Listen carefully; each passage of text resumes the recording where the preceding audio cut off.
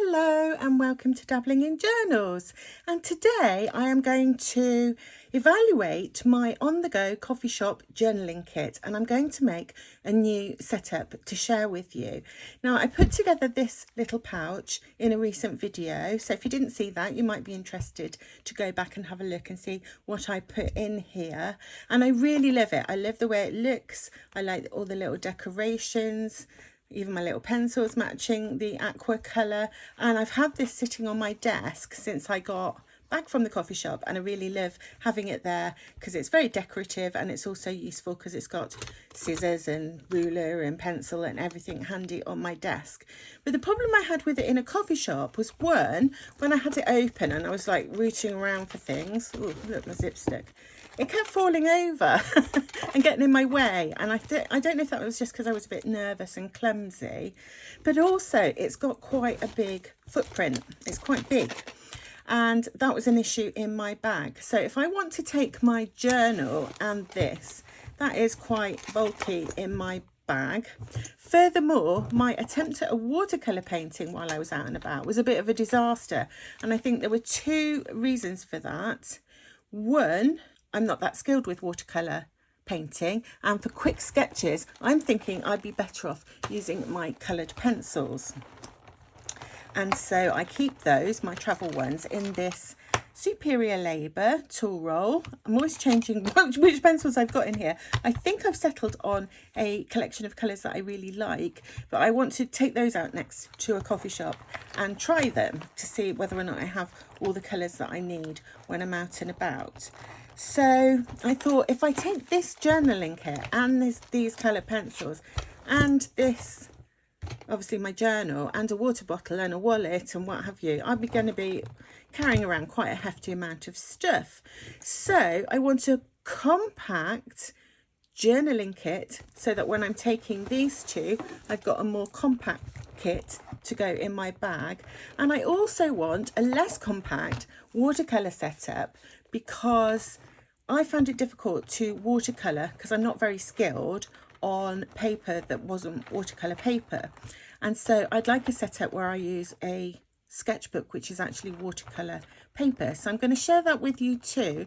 And also, if there's time, I will have a go at using my little compact setup in my journal on the Daniel Smith watercolour ground that I used to cover up the hot mess of a painting that I made. So first of all, let me unbox the products that I've bought for this new setup, and then once I've done that, we will look at what I'm going to put in them together. I just wanted to share this beautiful packaging with you.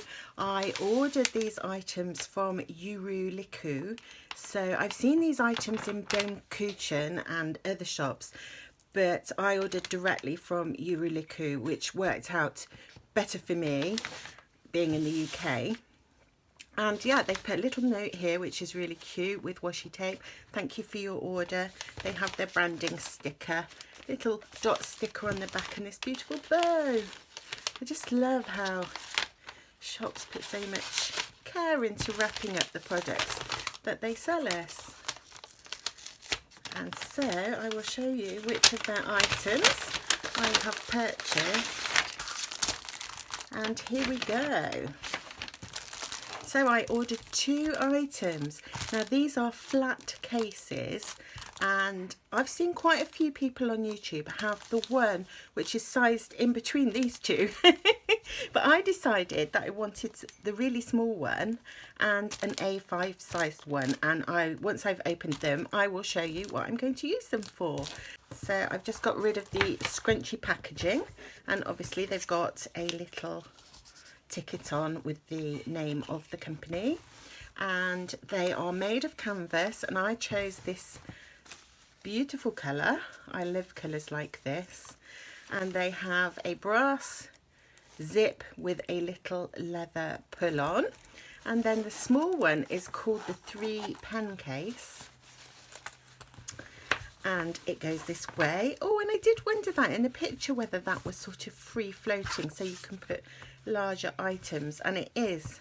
I couldn't tell, and I couldn't see anyone who had this one on YouTube. So it's the flat tall case, and it's the 3 pen one. And you get a little pocket here, and you get another pocket here which feels like it goes, yeah, right down to the bottom. 3 little slots for pens, and obviously you can put a larger item here should you so wish. So I will show you how I'm going to be packing this one up and why I've purchased it.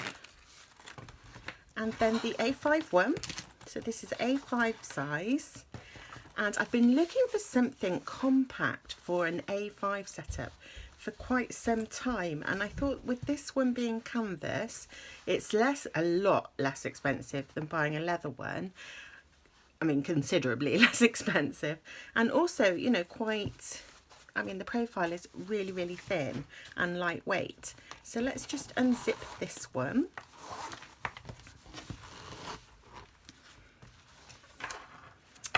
And here we go. So here we have a big slot here for a notebook with 2 smaller slots. And there's a slot here for some items, and there's some sort of straps there to hold them, and then a big pocket here. And again, we've got the brass zip with the leather pulls, and I purchased them in matching colours. So I am going to go and get a few bits out so that I can show you how I'm going to be setting up these beautiful items. Okay, so the first pouch that I want to share with you is the small one, the 3 pen pouch. And I'm amazed by how much I've managed to get into this little pouch. And look at the difference in size. I mean, this is obviously much thinner, much more compact. It's not as tall, it's much slimmer. It will just pop in my bag much more easily. And I won't have the problem of these things falling out in my bag, which is in fact something that happened when I was out with this pouch. So let's look at what I've put in this new one. It's so cute. Right, here we go. So in this pouch, I have managed to fit a small pair of scissors. These are Tools to Live By scissors. A traveller's notebook clip for my journal. I've popped a ruler in. That was somebody's suggestion. I didn't remember to put that in my Delphonics travel pouch, but I have remembered this time. So I've put a little ruler in there. I have also put an eraser, so that's one of these Mono Zero really tiny erasers, which I like, so that's fitted in there. I have some glue, and I bought this Midori extra small tape runner glue, so it's one of those that you just run along the paper and it makes sticky dots for you to use in your journal. And I thought that would be more compact even than a glue stick. As you can see, it's sort of short, and this is a small glue stick. This is just a 9-gram one, so this is even smaller, so I thought would be fitting in here better. And then in addition to that, I have a pencil, and this is one of my newer acquisitions in terms of journaling tools, is a Corweco clutch pencil in the 2mm size. They do a number of different sizes. So you've got this lovely thick lead, so it's beautiful for sketching because you can pull out the you can pull out the lead and sort of sketch with it on its side if you want to shade, or you can sharpen the point. And that comes to why I've chosen this kind of a mechanical pencil rather than a sort of standard pencil, is because the sharpener for this is much more compact than your kind of sharpener that's got a place to collect the sharpenings. So this is a really compact little lead pointer, I think it's called. It's made by Otto, O-H-T-O. It's in the 2mm size, and you just put your lead in and you twist to get a nice sharp point on your lead, as you see, and then you're not going to spill any of the little bits because it's got a lid to go back on, and that is really small to just slip into my journal. And so I have a sketching pencil that I can use in my journal. I've also included in here a kneaded eraser, so that if I make a mistake in my journal, I've got an eraser that I can either just dab off graphite if I want to colour over the top, or I can rub out something completely with this little piece of kneaded eraser. And then I have my teeny tiny watercolour set, and this one is by arttoolkit.com, and it's their small one. Can you believe they do another one which is still really small? It's credit card size, and this one is even smaller. What can I compare it to? Here we have an average size business card, and this little watercolour palette is half the size of a business card, and I've got one which is the same size as a business card too. So they're really handy, and they're really teeny tiny and cute and adorable. And I've actually got 12 colours in there, because I've got the little tiny pans. You can choose what size pans you have. So I'll go through those in a minute with you so you can see what I have in there. And I think that is sufficient for journaling. I wouldn't want to do a big watercolour painting with such a teeny tiny palette, although maybe it would be possible. But I think it's sufficient for journaling, so I want to try that out at some point. And because I have that, I've just popped in a water brush filled with water, and that fits in one of these little pen slots, which are quite generous. And then here I've got a fountain pen. That's just a placeholder, because what I would like to get is a fountain pen with a flexible nib with waterproof ink in it, so that I can perhaps sketch with a pen or write with a pen and watercolour over the top. I might want to just, you know, highlight my titles or something with some watercolour. So I have almost everything in miniature size in this little kit, as I had in this great big kit. I mean, what I don't have in this little kit is stamps and stamp pads. What do you call them? Yeah, these little stamp pads. I don't have stamps and stamp pads, but I've got a solution to that I'm going to share with you. And I don't have my little tins of ephemera. But I can keep bits of stickers and ephemera in my traveller's notebook, so I don't necessarily have to take those if I'm just going out for the day. And I think everything else that I've got in here, that I put in here, I do have in this little pouch, just in a sort of more compact and miniature version. So I'm dead pleased with that. And doesn't it look gorgeous? It's so gorgeous. It is journaling tool eye candy, in my opinion, because it's my taste, obviously. And I love all the brass and the black together. I'll probably get a black pen here with a flexible nib. So, and look, it's just so little and tiny, and I just can have this on my desk or table in a coffee shop, get out things that I need, push it out of the way. It's not going to flop on me. So yeah, I'm really pleased with that little setup. Now, because I don't have any stamps in here, that's the only thing that's missing. What I've done is I've put my stamps in this little pouch, which I had in my stash. And again, this is a placeholder. I have actually ordered a slightly larger wet bag that I could then keep stamps and a little cloth for cleaning them off in and such like. But for now, I've got some little stamps in here and a stamp block. So these are my MU stamps.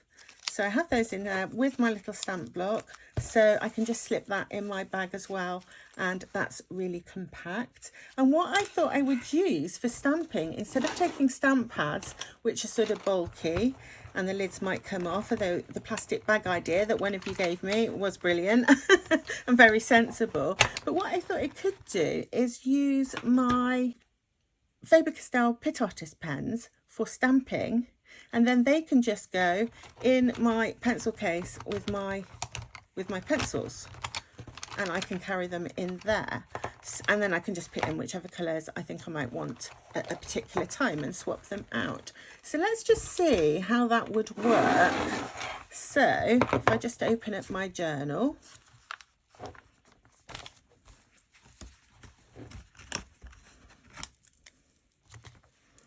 get that out of the way, and let's put one of these little stamps onto a stamp block.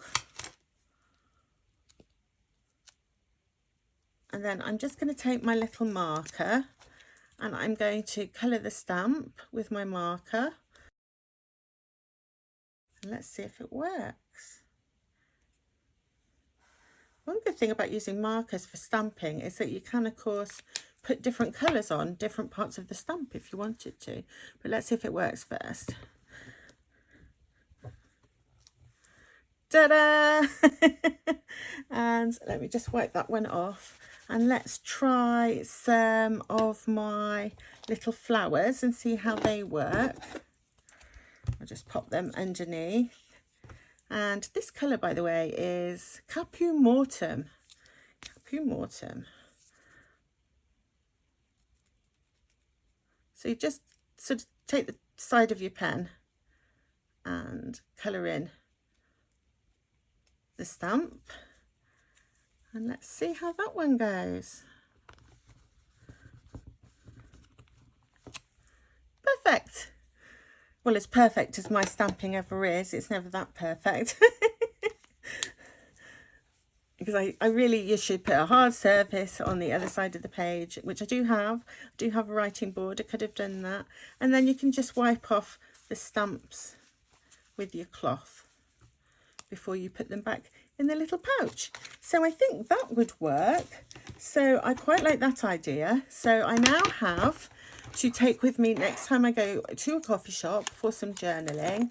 I will have my very compact little pouch and my little stamp pouch. So I think that's perfect. And then if I think I want to do some sketching, I will take my coloured pencils, and that takes up about the same room as having this would have done, but I've got a lot more choice of things. So I'm really happy with the new setup I've made up. I'm going to try it out and I'll take you with me and we'll see how I get on.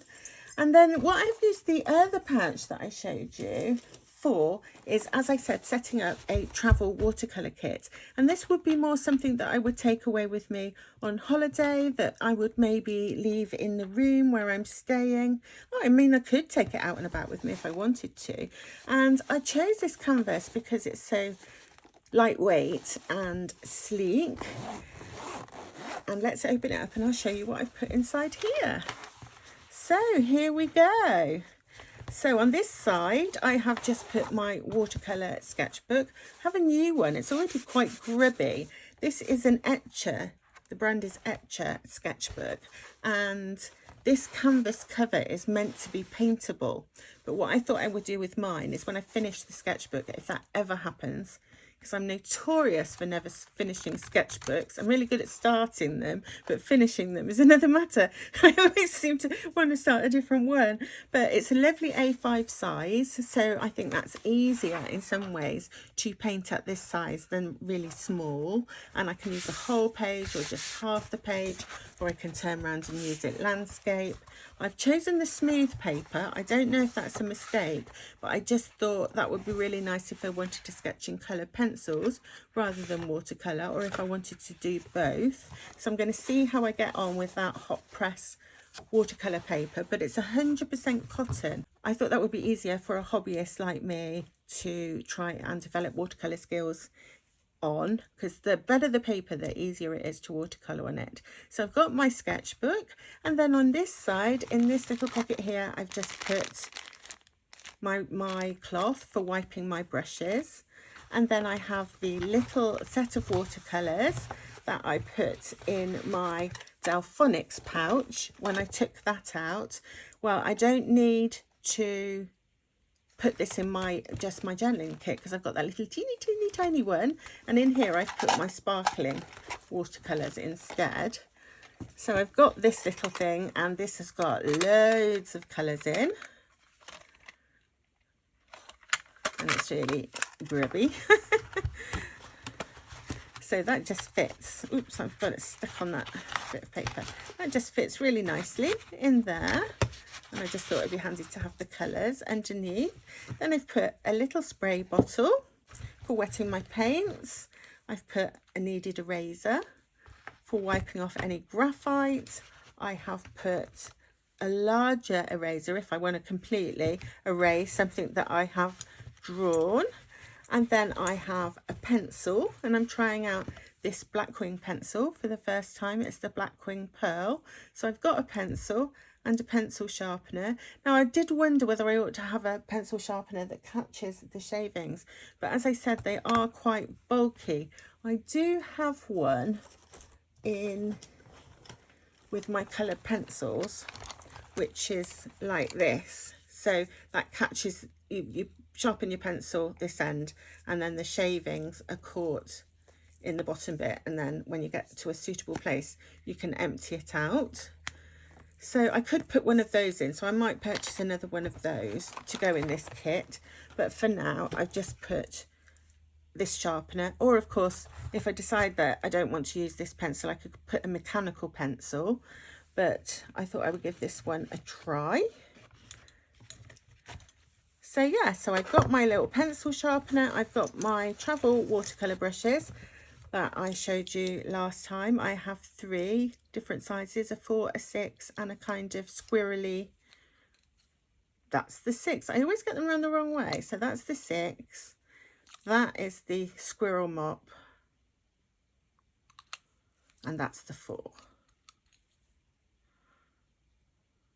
So I've got 3 little brushes. I would still take my little water pot that I was taking out with me before, and that works really well. Look, I'm really trusting it. It doesn't leak because it's for food. So it's got a really good seal on it. And yeah, that is what I've put together as a little watercolour kit. There we go. Zip it up.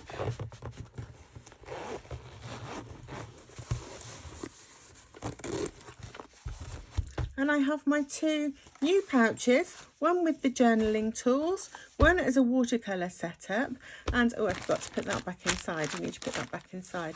And that is what I am going to try out. First, this one. I shall go to a coffee shop with my coloured pencils this time and my little journaling pouch and see how I get on with those, and I will take you with me. And then on another occasion I will take out my little travel watercolour setup in this pouch and I will take you along on that journey too. So I hope you found that enjoyable and or interesting. Now what I want to do to finish off is to have a go at fixing the watercolour page that I did in this accordion insert. And if you watched the video where I went to a coffee shop to do my journaling and then went to a restaurant for lunch and did some watercolour painting, you will know that the painting of a glass of wine that I tried to do turned out a hot mess. So I've covered it in Daniel Smith watercolour ground, which is supposed to make the paper a more suitable surface for the watercolour, and I was also hoping would more or less cover up the glass of wine that I started before. So I am going to do that now. I shall play some music while I'm painting so that you can see how it turns out. Oh, and before I start, I'll just tell you what paints I have in my little mini palette, because I know that some of you wanted to know what colours I had in here. Oops, it won't come out. There we go. In fact, I could use this, couldn't I, to do my little painting, see how I get on. So this is my little palette, and the colours that I have in here are pure yellow from Schmincke. I have quinacridone rose from Daniel Smith. I have phthalo blue from Schmincke. In fact, me saying it like this is a bit silly, isn't it? Shall I just list them in the description? I'll list the colours, and have I got, I can show you them here, swatched out. So basically those are the colours that I've chosen to put in here, and I may swap them out. I'll see how I get on with these colours and see whether I feel like I need anything else. But basically, as long as you've got a mid yellow, a pinky red and a medium sort of blue, you can make so many different colours with those 3 colours. It's also nice to have a sort of browny colour. I've got transparent sienna there because it's easy to make it darker. I've got an orange just because I love that orange, and orange is my favourite colour. And I've got a reddy red, a much redder, warmer red than the pinky red, though pinky red is better for mixing, I think. I've got a really dark blue, a phthalo green, which I can add different colours to make different greens. This is a really dark green, but if I add yellow to that, I can get a variety of different greens. And I've got like a really dark purple, really dark red, and a cool brown, a burnt umber. But I'll list the colours in this little palette below so that you can see which ones I have if you're interested. But if I was just starting out, I would start out with something like, oops, this, which Suzanne sent me, which is just lovely because you've got a cool red, blue and yellow and a warm red, blue and yellow. And then I would probably just buy one more, and that's some kind of a brown. And I think if you had that, you'd have like enough to get started with and to make lots of lovely colours. So let's have a go then at painting a glass of wine.